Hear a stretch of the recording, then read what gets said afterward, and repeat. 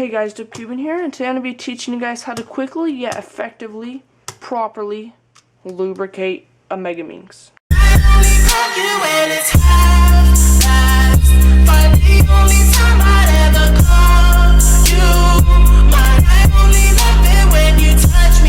So for bigger puzzles like this, I usually recommend using a little bit thicker lube, like cubicle gummy, and mix that with like some cubicle speedy as well, to make it slightly not as thick. But since I just ran out of my cubicle gummy, I'm just going to use some Traxxas. So yeah, I actually really like Traxxas. I buy a lot of it. So this is how I would do it. So the first thing we want to do here is you don't want to lubricate the whole puzzle, every single piece. First of all, if you do that, your cube's going to be extremely greasy and you're going to have lots of uncontrollable problems.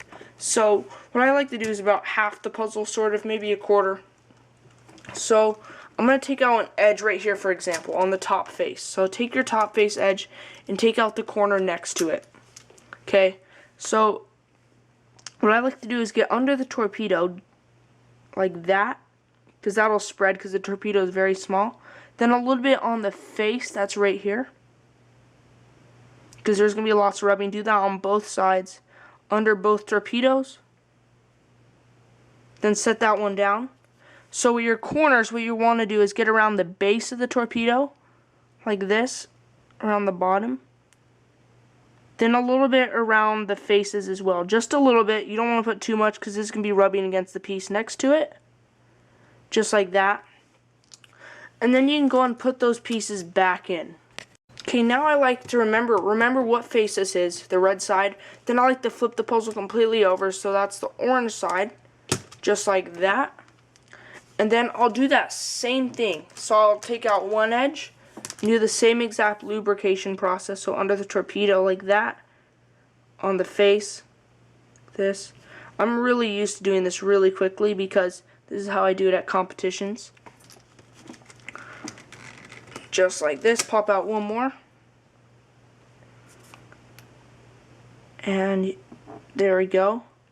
Put it around the base and a little bit on the faces, like that, and then put it back in. Okay, so before, you just got done with the easiest part. So before we go on, you're going to want to break that lube in. So what I recommend doing is doing the Y-perm 3 times, because you can spread it around. It's much more easier than having to scramble the whole cube up again. It'll probably feel really sluggish at first, but trust me, after you break this guy in a couple times, it'll get much better. Then flip the cube completely over like that, and then do the same thing like that,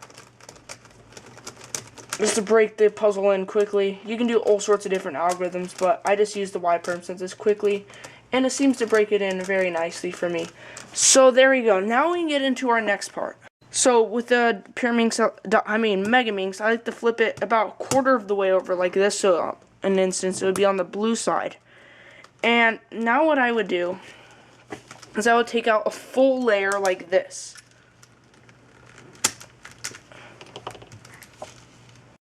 And then I would lubricate the core. So I would just put it in there like this, and just get a little bit around there in the core, just to remove that springy noise you guys know, like that.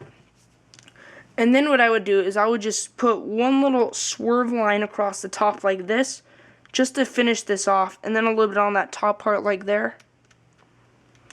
This may be a really weird way for you guys, but this way I lube my Megaminx. This works very well. So just like that, then you can go and put your pieces back in there, and I'll get you guys to the next step. So once again, like I already said, you're just going to break that guy in there just like that, whatever you want.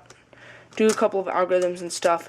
But this is a quick tutorial, but if you guys wanted to, you could lubricate the hardware, but that's not as quick as it would take since there's 12 hardware sets. But yeah, so now what I would do is I would rotate the cube completely over again, just like that. Instead of doing the same thing, there's something a little different I would do.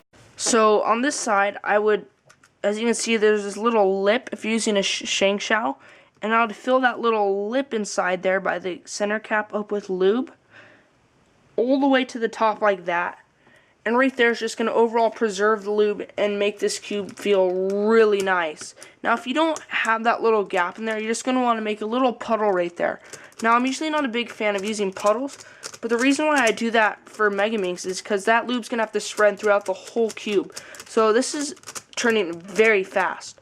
So yeah, that wraps up this quick lubrication tutorial, guys.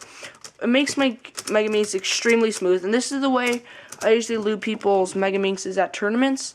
So yeah, that wraps up this video, guys. I hope you enjoyed, and see you later.